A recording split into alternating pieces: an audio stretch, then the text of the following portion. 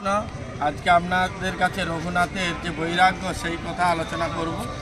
যে চৈতন্য মহাপ্রভুর পার্ষদ, প্রিয় পার্ষদ ষড় গোস্বামীর অন্যতম হচ্ছেন রঘুনাথ দাস গোস্বামী।